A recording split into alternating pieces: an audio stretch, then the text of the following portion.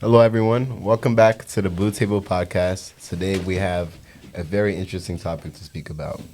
So, if you are not familiar, the Bentley Student Government Association had an open forum with the president, President Chrite, the provost. Sorry, give me 1 second. Provost Tesluk, and Dean slash Vice President Shepardson.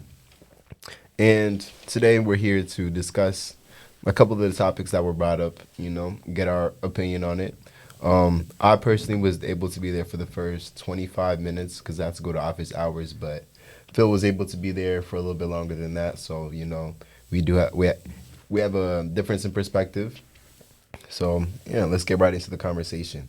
So, the first topic that we went over that I wanted to discuss as well was how okay, Okay, quickly, we can say technology and innovation. So they talked about like the intersection of technology and education at Bentley University, and how they plan on, continuing to progress that.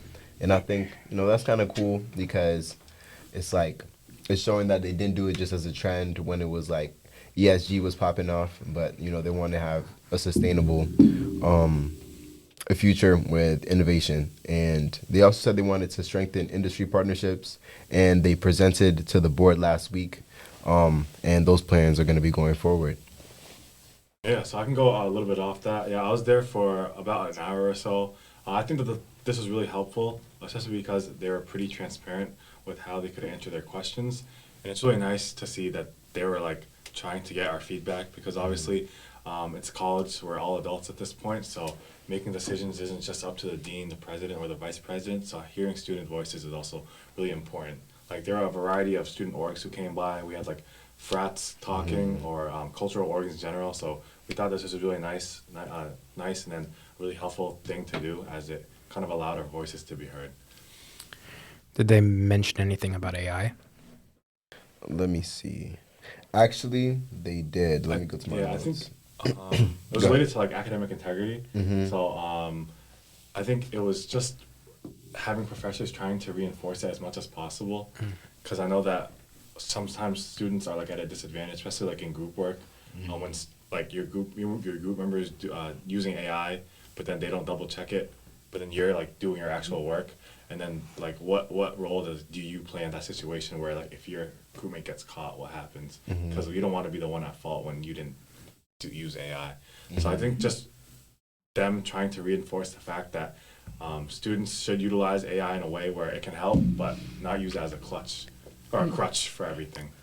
And I guess as like a small little anecdotal note, just for like the listeners, does everyone want to go around and like kind of share like their views on AI and like how they use it and kind of how it relates to this conversation? Sure. I mean, a lot of people, I'm going to be completely honest. If you know me, AI is a lifestyle, but it's to the point that, for example, when it comes to formatting things, I remember, especially at the beginning of 2024, I used to use chat to help me put together like the framework for an email I would send. But after you do it, it takes 66 days for the average person to build a habit. So after like doing that for a couple of emails, I kind of just remembered what the format is supposed to look like and helped me out with that. And same thing with, for example, if I'm writing like a discussion post or like anything that requires me to write something, like the format is really just what I use. Like the framework is the most important thing. Um, and definitely in my personal life, I ask a lot of questions. For example, I had a nosebleed 2 days ago, and I was like, okay, like how to stop a nosebleed or how to get rid of a cold quickly.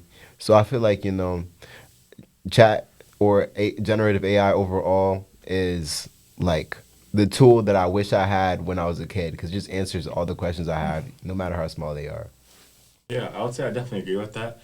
I would say AI is basically a part of our human lives now. I think that from here on out, it's only growing. But I think it's just a matter of how we use it as humans and how it can cooperate with our lives in general. Because a lot of times, I don't know if it's just on campus, but students just use it and they use it to rely on their schoolwork. And that is the only part where I disagree with that because when they get used to it so much, when it comes time to exams or just the real world in general, they're not going to be able to apply what they learned in classes to their real life. So just like what Mitch said, just using it as some sort of guide, but then from there you develop your own self and kind of you just get a framework or a brainstorm based on AI. So I think that's really helpful when you're trying to get to know things and stuff. Yeah, no, definitely to build on that. I know personally what I use AI a lot for is just like outlines, like you said, and then also like example questions too, like giving it like a say like a question, like a problem, and then having it make similar questions that also like kind of emphasize what you know and like the key elements to that question. And I think that's why transparency is just so good around AI because it is a tool of the future. And I think people often get like misguided on how to use it to like their academic best instead of just like using it just straight to like cheat on assignments and then Yeah. bomb the test. Yeah, for sure. I mean, like, I'm probably going to say things that are echo what has been said anyway, but I definitely want to stress that, like, in my opinion, AI isn't a replacement for critical thinking. I think that, like, the way AI models learn better and the model gets better is when people push back against it, when people push back on the responses that they give that don't pass the, like a lot of my accounting professors say that, like, oh, does it pass the sniff test? Like, Yeah. if like, You can oh, this definitely doesn't, tell. Yeah. yeah, like, and that only happens when people have critical thinking and are able to be like, hey, you know what, of all the knowledge that I've had and I've applied over the years, this doesn't seem right. I want to double check that, and just be able to like, and that's like something that I learned as part of like a master prompt class that was actually here at Bentley. It was like the Center of Health and Business had a master prompt class in healthcare. It was really great. If they're having that again, I definitely recommend to anyone who's listening to this. But like the idea of pushing back on this, and that teaches the AI to think better too, in a sense. So like, we're like, it's a resource, it's a tool, but that resource and tool is something that can learn and become better. That's not something that we've had before. Like, we don't have a calculator, and then if you like mess up on a multiplication, it like does the correct multiplication next time. Like, that's not a thing that we have. So I think if people aren't taking advantage of this thing that can help us by us trying to be better as well, then maybe we're not using it correctly. Yeah, okay, not to go off too much off topic, but, last thing I'll say, I remember Bentley had, like, a course that you could take. It was like an online asynchronous course on how to use ChatGPT to its fullest extent. And remember, I took it, and I think that was very useful. Like, it taught me how to put together, like, how to structure my questions and, like, how to really prime, the tool to help me out to solve whatever issues I have. So I feel like, that shows that, Bentley recognizes that as well. Yeah, and I think that's the reason why I had asked about the if AI was mentioned, because I think like, and it's still early stages of like these tools kind of being applied and everything. So I understand, but I'm hoping for this innovation that Bentley is talking about, that we're going to see more integration of AI into classrooms. Because I mean, like I recently heard a quote, and I forget by whom, but like it was the idea of like AI isn't going to replace workers or accountants or financial analysts. It's the people who know how to use AI are going to replace those workers. And that's 100% true. And I think that there are, like PwC, and I'm pretty sure the other big four have their own personal GPTs that they use in-house. And I'm sure that a lot of medium-sized firms are going to start doing that as well. And I'm sure I'm not familiar of what in wealth management groups or equity research groups do as well. But I'm sure they have those kind of things. And if we have just this overbearing policies about like, I can't even use Grammarly in some of my classes. Really? I can't even use Grammarly in some of my classes. And I'm like, don't touch it at all. And I'm like, okay, I understand that we can't touch it because of fear of AI. I understand that there is a lot of cheating out there. Like my accounting professor was telling us really like interesting and funny stories about like people cheating in our class today because we had some extra time. But I don't want it to come to a point where we're not preparing our students for the workforce, because this isn't coming. It's already here. That's so true. Like, not even to cut you off, but No, you're good. I was thinking, it's kind of interesting how like the different generations go, because this is happening very quickly. So, for example, like even in the past 4 or 5 years at Bentley, we had the people who were here before COVID who had a completely different experience, and people who were here during COVID. Then after COVID, then they completely changed like the curriculum system, and then we had generative AI introduced. So I remember like for my freshman year, I had to do that. Like it was just, I came in straight out of high school, and everything that I'm doing in all my classes, like I'll open Google Docs and just type, and do the whole thing like that. And then it was my sophomore year when it was like, okay, we have like, generative AI becoming more popular.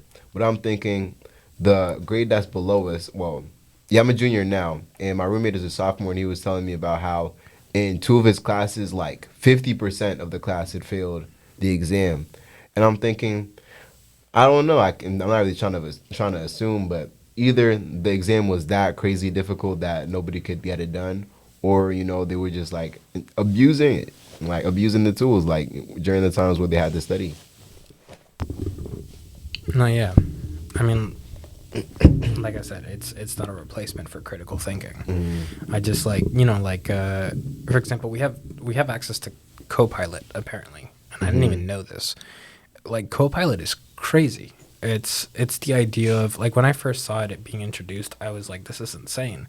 And for those who don't know what Copilot is, it's the like kind of integrated AI assistant to Office. Yeah. And you can make a PowerPoint presentation based on a Google Doc that has already been previously recorded, or a like Google Doc based on I think like on a Teams call, or like you can make an Excel sheet. Yeah, like, don't even let me get started on Excel. That is exponential growth of production. That is insane. I think that's why that the panel that was held was so important. And I don't want to stray too far away from that. I know we went on a little bit of a tangent on AI, but yeah. Yeah, we can go on to the next.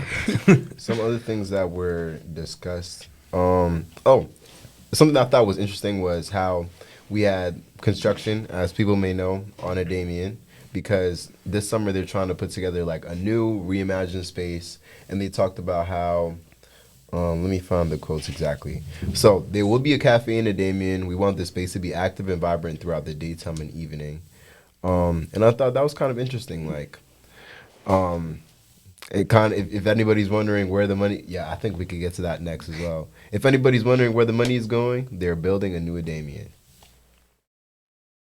I actually missed that when I was there.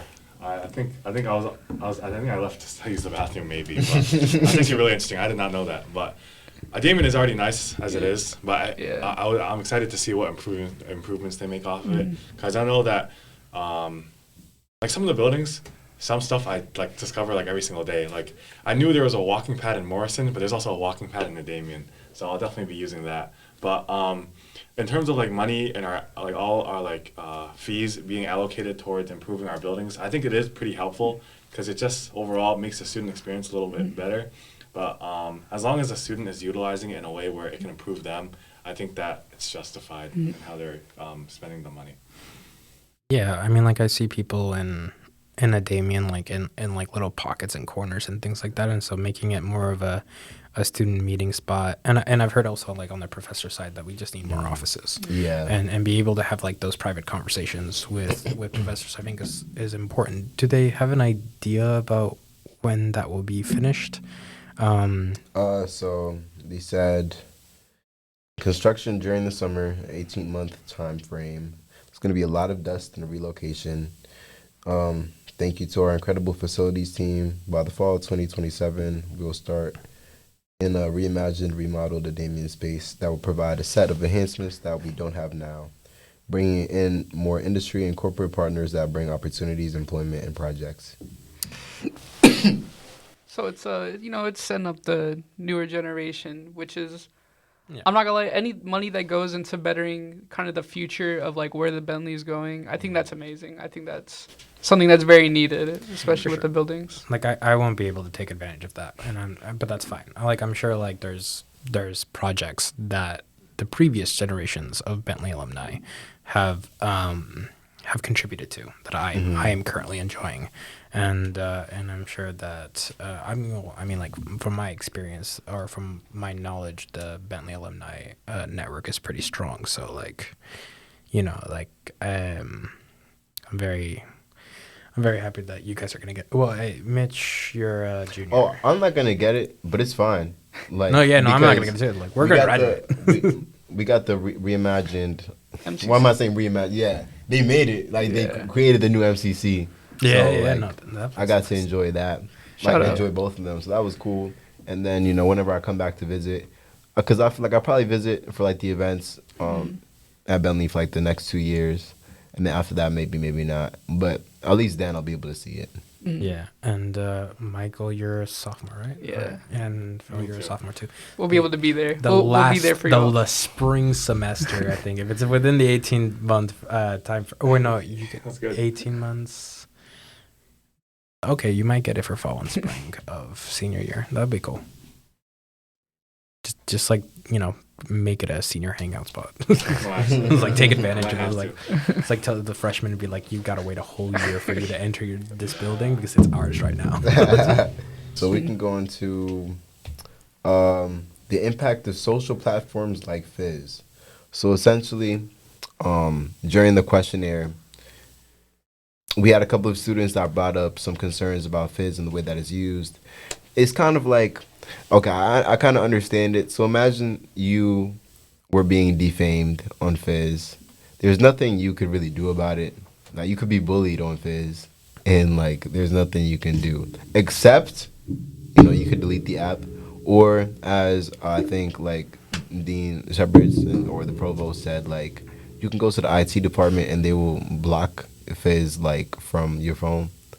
So there, but with that being said, kind of the end answer that was given was that this needs to be a student-led initiative, and we'll definitely discuss it. But in my opinion, I understand why they would say that, because when we come to Bentley University, we're all, well, most of us, a good like 98% of us are at least 18 years of age. We can all vote. We're adults, so I feel like we should be able to handle things like this without intervention from the administration. And just a quick little note, do you want to explain what Fizz is, just in case anyone hasn't heard of it on the off chance? like me. So Fizz is essentially, I'm on it right now actually. Fizz is an app primarily for underclassmen where, okay, I'm gonna put it in simple terms. So imagine Twitter, except it's for Bentley students only. And of course you can't post anything that's like that wild, but it's like free speech. You could pretty much say anything, your opinion about anything that's going on campus. You could post polls, pictures, GIFs.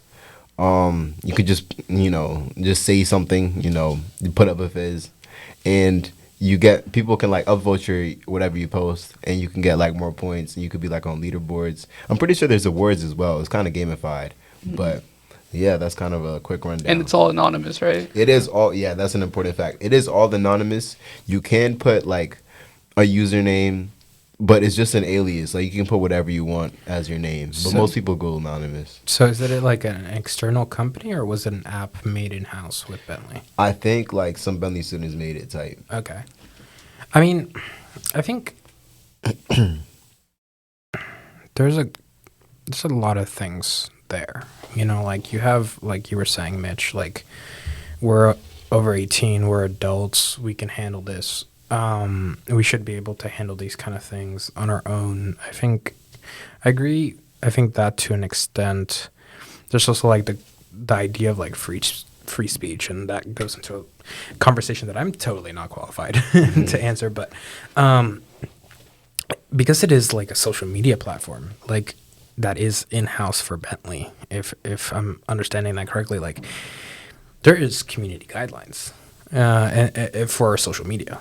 Like Instagram, Facebook, Snapchat, they all have community guidelines. And I think that, like, if Bentley creates a platform where you can communicate, those community guidelines must be created. It wasn't, like, created by Bentley University. It was, like, It's Bentley just, students created it for Bentley students. Yeah, I don't even think necessarily it might be a Bentley creation, because I know other colleges have, like, similar things to it. Yeah, they're, like, it's literally just like it's an anonymous messaging Like how app. Facebook was Yeah. initially. Oh, okay, That's what cool. they like recreated. Yeah, essentially. yeah, yeah, They like yeah. remade Facebook, but for Bentley. Yeah. Yeah. I mean, I it's hard to say Yeah. exactly what, but like at the end of the day, it is viewed as like a social media. It's completely voluntary. I know it's easy enough for me to say like just get off the app, but you know, at the end of the day, like if you have true friends and like if that shouldn't like you shouldn't let that get to you. Like at the end of the day, we're here to earn a degree. Yo, don't let that There- be your college experience. Yeah, like, no, okay, like obviously, let me not be insensitive. Like people, yeah, as I said before, it is possible for you to be defamed and you know bullied and stuff like that. But you know, don't let that be what you remember about Bentley University. Yeah. There's way too many better things. You're gonna meet better people. Mhm. You gotta Yeah. just lean out of that and lean into something better. Indeed. Yeah. And, you know, like, if you are struggling through that, there are resources on campus. There is the mental health center, and, Shout out and to they're that, yeah. they're always open for short conversations. You can get long-term care. Yeah, we have free therapists. Yeah, we have free therapists. Sometimes they come to the MCC, so look out for that. You can, especially if you're a person of color or a person who has some kind of social identity that is historically oppressed, you can always come to the MCC. Even if you're not of those groups, you can always come to the MCC. You can come to the Center of Gender and Sexuality. You're always welcome to ask an intern if there's like someone there for you to talk to. Like I know that all of our staff at the MCC is super open and you know and everyone there is great. I'm trying to think of anyone else. I mean, like, you know, you can even talk to your academic advisor. You know, for those who have accommodations out there, go talk to your accommodation advisor. You know, as you well. know, last but not least, the spiritual center is always there. Yeah. Oh yeah, spiritual center. Thanks for mentioning A that. lot of resources. Right. Last but not least, you know, a highly discussed topic on Bentley campus, the dining and student spaces. So, essentially, students express the need for expanded dining options. Yeah, it's really that simple. You know, we're just looking for expanded options. I'm not even going to say better food. I personally like the food that we have on Bentley campus. You know, don't cancel me. But like as a junior, I've just accepted it. And I feel like there's such a wide, like they have enough food for me to make like a healthy meal. That's what I'm happy about at least. Like, I can make like a nice wheat and, you know, vegetable sandwich. Yeah. Yeah, I'm off campus, so I would like to hear your guys' experience where it's just like you feel a little bit more like, this is what I have. And because getting off campus here and eating something, there isn't a lot of like things that are close. So I'd love to hear your guys' experience with that. I am an avid defender of Bentley dining. Really? Yes. Okay. Because of the fact that, you know, those days when it gets hard, you don't have a meal plan. It's rough, man. Oh. Yeah, I don't got a meal plan this semester, but sometimes people come in clutch, they give me their swipes. But once you realize you don't have a meal plan, you're going to love Bentley Diamond a lot more. What? You're forced to like it. No, but I do like it. Like, the food is great. There's a good variety. Yeah. So, like, I know they started switching up this year. Like, on Mondays, they have these beef bulgogi bowls. It's kind of nice. Then on certain days, they have, like, grilled pork chops. Those hit. Oh yeah, those I gotta see. I hear no one complaining when Wednesday comes around and it's chicken Yeah, nugget it's and mac chicken and nugget cheese night, day. yeah. You know, everybody's there. I think it's so funny how y'all like know which days have which days. It's because like I have class until 6:20, so like that's when I eat before I like go home. And I'm like, oh, why is it so full? And I'm like, oh, it's because it's mac and cheese day. And chicken nuggets. They also go for the chicken nuggets. Yeah. No, honestly, Bentley food's not that bad. I'm trolling, but they gotta have the Cava open more. I'm not gonna lie. I wish like it was open on the weekends. the Cava's fire. I think the Cava's a better option. There's certain things in seasons that are cool, but it's not. I don't think it's too terrible. I think it definitely does get like dragged a lot more than it like probably should. But yeah. I don't know. It is sorry. It's just like sometimes for me I'm like, okay, first of all, we're not going to Benihana, you know? Like, this is not Ruth Chris, but we're at Bentley University. This meal is like, even though Bro, like it's like all you can eat for like $17 for the dinner, like $20, whatever, $12 for breakfast. You can get like you have the opportunity. They have like multiple different seasonings there. They have salt, pepper. Like we can make something shake. You know, to go off that, I think that they're definitely trying. Like they've added so much more compared to my freshman year. Like I know on weekends they brought back like you can cook your own food now. The Cook You station. Oh, Okay, saw I'm not gonna that. lie, I do not like that. Oh really? You don't? Bro, that right there is a cheat code. How are y'all charging me to cook my own food? Wait, It's wait, over wait. with. They have So- a cook your own station? Where? Your Yeah, own it's like station. a It's only on it's on Friday, Saturday, Sunday, but it's like in the back where you can cook your own food. Like they have already ingredients like eggs and stuff already there for you. You know what I wish they had? And maybe this would conflict with the business of like the juice bar or upstairs Natural. from Seasons. Yeah, natural. I wish that they had, because they serve smoothies in the morning. I wish they maybe had like, you know how like they have the like make your own burrito station and stuff like that. I wish they had like a smoothie station in Seasons. But again, like I think maybe that would conflict with the business upstairs. Or maybe they should have it like in the Cava. Maybe. I mean, they did put like that thing in Falcon Mart. Oh, the gelato thing. Yeah. They have a gelato thing in Market? Dude, I don't live here. I don't know these things. Like, wait, what gelato in Market? It's like a little gelato It's machine. a gelato machine. But I gotta go to Market. Is it open right now? I'm gonna go to Yeah, Market it's like after 11 this. to 11. Oh my I've god. never tried it, so I can't say anything on that. Okay, I'm gonna Yeah, I quit ice cream for this year. You quit ice cream for the year. I did. try it. I'll have one in It's your memory. random. Yo, not because. Wait. Yo, don't. I know why. I know exactly why. Why? If you guys were at the MCAM meeting, sugar makes your face bloated. So Bro, yes. you already know. You gotta cut out the sugar. Oh. You gotta get those natural sugars in. Bro, yes, eat apples, bananas, fruits, all fruits. my. All fruits, bro. But yes, that was Get- I learned that from Professor Mich. Indeed, y'all need to come to my, register for my courses. Oh, it was one of those There was a courses. category, Okay, yeah. okay. You I'm know. knowing. I see it. But yeah, all in all, I do think that the dining experience is not as bad as people say. They're definitely trying their best. There has been improvements, and it's just about what you get at that at Seasons or just anywhere in general. Because Yes. like if you complain about your sandwich, bro, you made the sandwich, bro. Yeah, you made the sandwich. You cannot complain about a sandwich that Oh, you made. I'm not gonna Yeah. lie. I don't remember I don't be tasting like anything because I got a YouTube video on or like talking to someone. Just Yeah. it's not 5-star. We here to eat. We're here to eat. We're here to get our nutrients in, and then we're here to do what. Heavy on that. We're here Yeah. to get our nutrients in. I've had visits to like college campuses where like the entire thing is buffet style, and some of this is like made to order. Like like the person behind in the burrito station, that person, like like The goat? the older gentleman. Oh, I said the goat. Yeah, Not the the goat. goat, Yeah, yeah. the goat. Like Yeah, that yeah. man respects his craft. Like, Yes. like he will He's go. cold. Like if anybody goes to Seasons against the burrito, you know what I'm talking about. Like it's that older. We're making Um, burritos with love. That and older man kindness. who does the little spatula Yes. thing with the avocado and the sour cream, and I'm like, I just like watching. That makes my day. Like when he makes my burrito, that makes my day. Like he Nah, I'm about enjoys to making. I'm about to visit the him goddamn today for burritos. sure. I'm thinking about it too.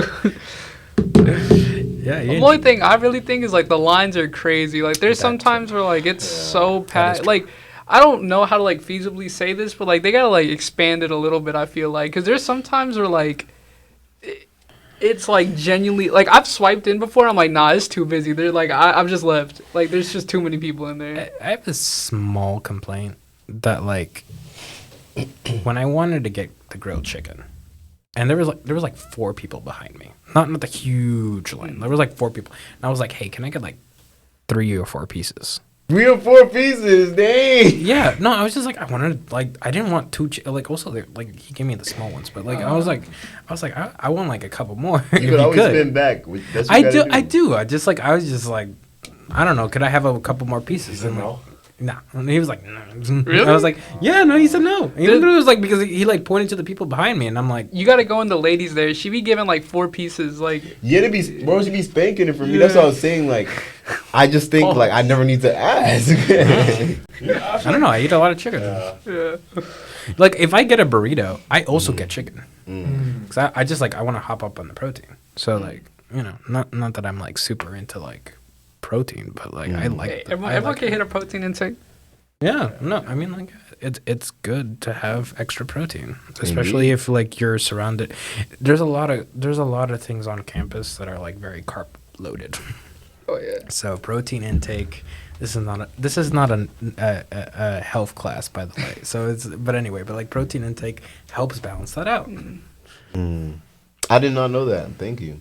Well, it's not necessarily like, oh, you eat protein and the carbs go away. It's more of like, It like just balances your diet. Good and bad with it. yeah, you want to like, especially for people who like BMI is a little bit higher. Like one of the first things that they ask is like, hey, are you eating enough protein?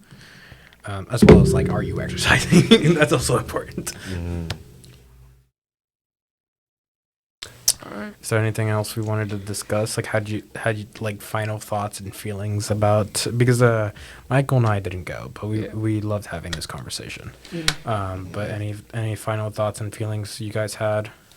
Well, personally, I didn't even know that this was happening until I was studying in the library at office hours, and then my friend here was like, "Oh, are you going to the president thing?" I'm like, "Oh, what are you talking about?" Then she was like, "Yeah, like we're able to ask the president any questions." So I was like, "Oh, that's definitely a valuable opportunity." So I'm glad that we had that, and like that's very brave for them to do that. Yeah, I would say that definitely the same thing. I think it's nice that they're actually taking that initiative to be more transparent towards the students. I do wish, maybe because it wasn't publicized as much, but I do wish the turnout was a little bit better, because I feel like if students actually truly utilize this, they can get more out of it than they realize. Yeah. Like I feel like sometimes students ask about like, oh, what are we gonna do about this? But then when they host an event like this, but then people don't show up, then what are we gonna do from there? So I think as long as both sides are cooperating, I think we can get what students want. And I guess to build on that a little bit, definitely shows like a lot of like respect and like authority from them to like even propose doing that. I do wish that was kind of publicized more as well, just because I feel like that should have been like the biggest event on campus to date, which I'm not gonna lie, I didn't really hear about it, which I feel like I probably should have heard about it a lot more. So I think maybe just getting that out there more. I think I would like to see this, like these things more on the website, maybe if they could have like recorded this and put it on the website, or put some kind of transcript, so put like the points that they talked about. Like I understand if it isn't live streamed because it's an open forum, and like maybe maybe some people would be uncomfortable being recorded, but I think also like some people might say something out of pocket. But I think like the problem, in my opinion, with some of these events is that, and I'm not saying that this is the case with the president, but sometimes they are performative. Like people think that just having the conversation or saying that you would have the conversation solves everything. And just having that be out front and visible somewhere, like even if it is just like accessible to us, would be something nice. But yeah, no, definitely echoing what you guys said, is just being able to have these conversations. I've heard our president's has a very big open door policy, and he even said it, I think, himself when I transferred, and he gave the speech to all of us. Yeah, shout out to the president, because he's, I think, the only one who acknowledged the transfer students during the like the commencement speech that we had, because everybody was like, welcome, like class of 2028, and like I know there's only 100 of us, but I'm happy he mentioned us. All right, if you want to wrap it up. I guess we have technical difficulties with the soundproofing. There we go. Yes, thank you so much for listening to us speak today. And yeah, as we said, we hope to see you at more of these open forum discussions or any other events on campus. Thank you. Thank you. Thanks. Yep.